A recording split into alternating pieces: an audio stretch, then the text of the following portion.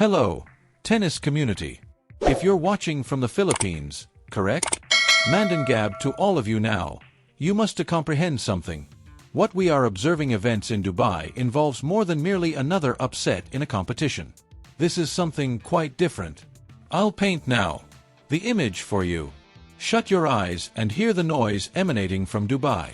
Currently, duty-free tennis stadium. That sound, it's not appropriate for a typical tour occasion. World Cup energy, that is. The same electrical current that filled the venue during Pacquiao's 2010 bout. However, we're not at a fight or a football championship game. We're at a tennis match. Competition in the United Arab Emirates. Additionally, the sports scene has just changed below our feet. Duty-free tennis in Dubai legends have appeared at championships. Venus Williams, Justine Henin, Roger Federer and Novak Djokovic. The script is recognizable to hierarchy.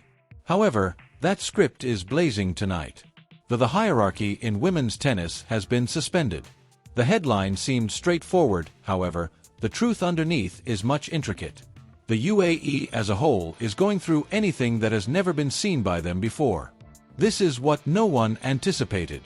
The largest attraction at one of the most notable WTA 1000 competitions. Greater than the top-ranked person in the world. Greater than the reigning victor, larger than the legends of the Grand Slam with 20 championships to their names.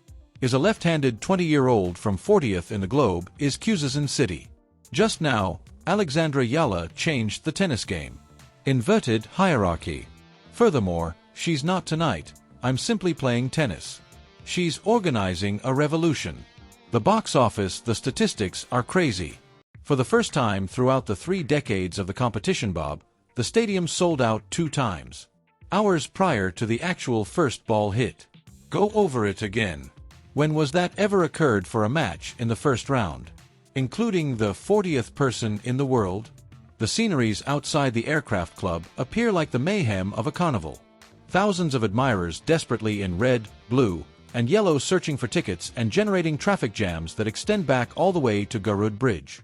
For every opponent standing conversely, across the net, the atmosphere produced by this ocean of supporters is just scary. Why is this so startling? Let's examine the information. Dubai intends to serve as a playground for the elite. The VIP, the corporate sponsors boxes, the drinking of champagne celebrities. Typically, they arrive for the well-known brands. However, by 2026, I'm here for Eala. Consider how crazy that is. The draw is loaded with the top players in the world. Each camera is aimed toward her. The VIP boxes are requesting matches for Eala. The sponsors are rushing to get their logos that are visible when she is playing. All of the tournament's energy revolves on one individual, and she's placed 40th globally. This evening, the critical mass was attained via the Eala effect. We're seeing anything that goes beyond athletics. Geopolitical theater is what this is. This is what you should know about Dubai's population. Hundreds of the UAE is home to thousands of Filipinos. They have labored and constructed this metropolis. Its hotels, worked at its medical facilities, financed its expansion for many years, and they finally have their queen tonight. This location is no longer neutral. They are more than just onlookers. They are the domestic audience. Dubai has emerged as a Middle Eastern Philippine stronghold. Additionally, Alex Eala is positioned in the epicenter of an earthquake in culture. I said off the record to a tournament official until a few minutes ago. Exactly what he said. We've never heard loudness levels as high as this. Swiatek helps you stay focused. Sabalanka is a powerhouse. However, Eala, she causes mayhem. And amid all of this confusion, a young lady who seems to be composed of ice. We're going deep tonight. We're not only discussing forehands and backhands. We're looking at how a 20-year-old Rafa Nadal graduating the Dubai duty-free was remodeled by Academy. Tennis titles into her own crowning. We're following the path. From the Australian Open heartbreak years prior to this year's qualifying amazing Miami semi-final run. We are examining the technological development. That has experts talking about her service about a new left-wing hegemony. And we're posing the crucial query. Is this only a period of hype, or are we seeing the new global order that tennis in Asia Hold on tight. The stadium is shuddering. They're waving the flags. The United Arab Emirates is stunned. However, Eala looks like if she's right at home. Let's delve deeply. Let's begin. Those of us who are familiar with tennis know what took place in Dubai tonight. Outside the scoreboard, we must look at the chronology. We must look closely at the last 24 months to know how the tectonic plates of in order to accomplish this, women's tennis changed. Let's go back. Let's start from the beginning of the campaign for 2025. At the time, remains a possibility. That risky term in tennis. You are aware of the number of prospects flame out? There is a huge, crowded tomb with bright potential. For each player that succeeds in breaking through the 10 more stall between positions 150 and working diligently on the ITF circuit, 200 disregarded by the media, working in Eala was hovering in obscurity. The Junior US Open was her pedigree. Winner and graduate of the Rafa Nadal Academy. However, making the switch to the professional circuit is a ruthless, vicious beast. It moves more quickly, the physical expectations are overwhelming, and the psychological toll is significantly higher. Then Miami entered. March 2025. If you're writing Eala's life story in 20 years, the Junior Grand Slam is the first chapter. However, Chapter 2 is Miami 2025, where the girl turned into a murderer. She entered the game as a wild card. Individuals rolled their eyes. One more wild card for they believed the child was marketable. What did she do it? She didn't just prevail. She destroyed the hierarchy. Taking one on Grand Slam victor in the first round is unusual. Doing it one after the other conveys a message. Eliminating players such as Madison Keys and Egate, that's a declaration of war. What we saw in Miami is being exaggerated in Dubai. This evening, the lefty was presented to us. Nightmare. Let's discuss technique for a moment. As this is essential to knowing the reasons for her dominance of the discussion here in 2026. The WTA Tour mostly travels over level terrain. Powerful basic power. Initially hit tennis, winner, boom, boom. The winner is the one who strikes harder. That's not a game that Eala plays. She received training on Mallorca's red clay. She matured according to Rafa Nadal's theory. She performs with rotation. She plays with angles. That the forehand hook on the left has been dragging rivals off the court in Miami and Dubai as well. For players that are right-handed, it's a nightmare of geometry. As soon as Eala strikes that forehand cross-court, but the ball doesn't just leave you at the dust. Up to your shoulder, it leaps. It compels adversaries to protect themselves against outside the alley of doubles. The second Eala intervenes as they open the court, and flattens the winner of a backhand down the line. On the medium slow hard in Dubai courts, this two-pronged attack is very challenging to defeat. But let's turn our attention to the shock element. What has the UAE taken aback? It's the phenomenon of the home court. The game of tennis is usually a sport played alone. You go by yourself, maybe in a coach, and a physiotherapist. You perform in front of courteous audiences in Paris, London, or New York who, when you make a good shot, applaud. However, the demographic realities of Dubai has led to anything that has never happened in tennis. About 700,000 Filipinos reside in the UAE. These folks possess enormous pride in the country. And there have been hints of this in basketball games and boxing bouts leagues, in tennis but not. Individuals believed that tennis was too competitive and exclusive. Eala has brought democracy to the sport for her people. As she walked tonight, the decibel will enter center court. The meter reached 115. That is the actual jet engine volume during takeoff. When did a player last rank 41st? Produced an opening round of 115 dB? Never. The coordinators are in the logistics startle. They understand that Eala isn't a sideshow. The show is her. Concession stands reportedly ran out of water because no one got up to leave their seats. In the second set, returning to Manila is currently the center of TV viewership figures for the evening. Our ratings are said to be comparable to the NBA Finals. However, we must recognize the darker the pressure side of this phenomenon. Consider yourself 20 years old. Imagine entering a court with 5,000 spectators who don't merely want you to succeed. They're relying on your triumph to prove their pride in their country. That is the burden of being in charge. Allure. We saw Naomi Osaka go through this. We observed Emma Raducanu struggle with this. The massive expectations have the power to shatter underdeveloped backbones. However, Eala looks different. And this is my hypothesis. While she spent time at the Rafa Nadal Academy, acquired more than simply forehand skills. She discovered how to endure pain. The top spin was never Nadal's most effective tool. It was his capacity to welcome conflict. Tonight, observe Eala's expression.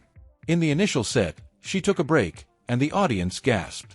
The United Arab Emirates held its breath. Is the over the dream? How did she act? She repositioned her strings. She cleaned her perspiration.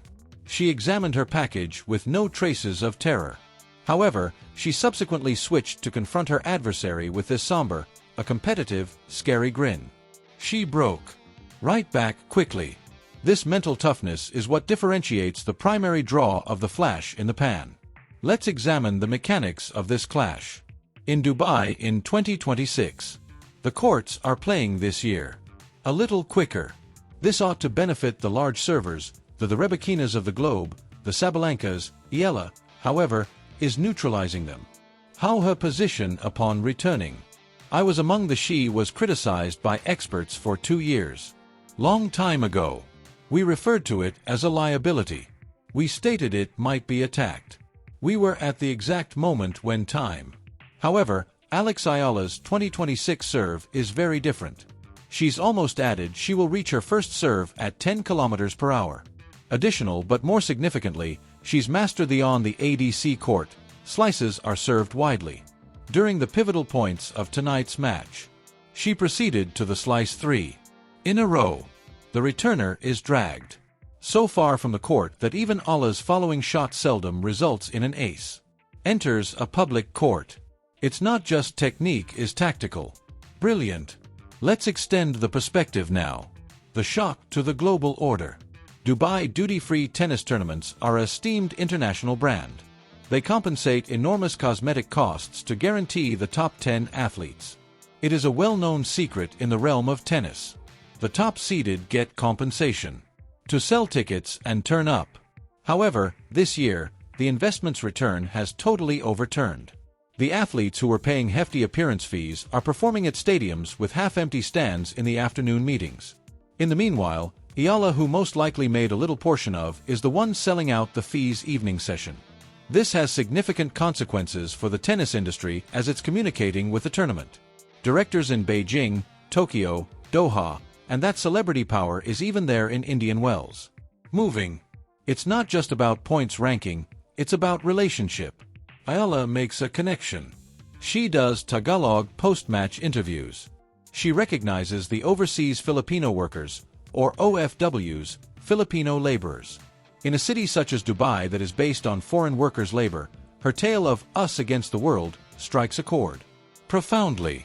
Thus, when you see the headline about her shocking the whole United Arab Emirates, recognize this. Not surprisingly, she's winning. The startling thing is that the competition has been held prisoner by her. She has taken over the event. This isn't the duty-free tennis championships in Dubai this week. The Alex Eala, it's an invitation. I would want to draw attention to one particular instance from tonight's second set that captures all of it. A crucial 3-all deuce game. Eala had persevered through 4 breaks. Points. The ball that her opponent struck was dribbled over and snipped the net cord. A fortunate shot that is difficult to recover. The majority of players would shrug. Some people might make a racket. Eala took off running. She didn't just flee. She burst out of the baseline. She arrived at a few inches before the second bounce, the ball, and threw it over the head of her opponent. It lands exactly on the baseline. Instead of cheering, the stadium exploded. The cameras trembled due to the guttural growl. And at that exact moment, the expression on her opponent's face said everything. She had mentally checked out of the game of tennis. She was battling the lions, and a gladiator at a coliseum were on the side of the gladiator. That's the Eala effect. driven by technical excellence via emotional conflict. And anticipating the shock, the draw is becoming a worry for the remainder of the field. Does anybody want to confront her? Who want to enter this setting? If she wins this competition, and I'll continue record to indicate she is able to, it will be the largest Asian tennis triumph to date at this level since Lena. This will indicate that there is a new powerhouse on the rise. However, even if the tank fails, if she loses tomorrow runs dry, harm has been done. The point has been made. The shock is captured on video. Throughout history, Eala arrived in the desert with the storm with her. Let's take a step back and when we wrap up this, consider the future. First account of a vibrating electric Dubai. It was more than simply a game tonight. It was a flare for a signal.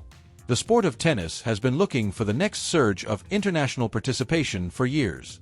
Europe has been our main emphasis. We concentrated on the US. Yes, but maybe we've been searching in the wrong place. The situation in the United Arab Emirates is an instant study for the future of sports. The startle making headlines is a wake-up call. Give a call. It serves as a reminder of tennis is a worldwide sport, and its popularity is taking place in unexplored areas of the whole planet. The age of Alexandra Eala is 20. She's 40th in the world, but this evening she is the world's largest athlete. She is toting a huge banner for the she was being seen by millions of people. The Philippines has been anticipating for a long period, a tennis hero. They possessed in the boxing ring, Manny. They ate pie, as well as bowling. Bata was present in the pool. However, tennis the last frontier was that. Eala has transcended that boundary by turning into the primary attraction in Dubai. She planted the flag. To the young ladies of Davao, Cebu and Quezon City are to the offspring of foreigners in Dubai grasping their enormous tennis balls awaiting an autograph. Right now is also yours. You're seeing evidence that you may stand in the middle of confront the giants in the court. The duty-free tennis championships in Dubai will go on. There will be additional matches. There will be a champion crowned on Saturday. However, regardless of whose name becomes inscribed on that silver medal, the narrative of 2026 will be the tale of the UAE was stunned by this girl. We will be keeping an eye on this at every stage. Travel. We'll be examining each game, each score, each swell of the thunderous mob. Because we watch sports for this reason. Not for the shock, but for the anticipated. For the point at which the script catches fire and a new hero rises from the ashes. Keep your gaze fixed on Dubai.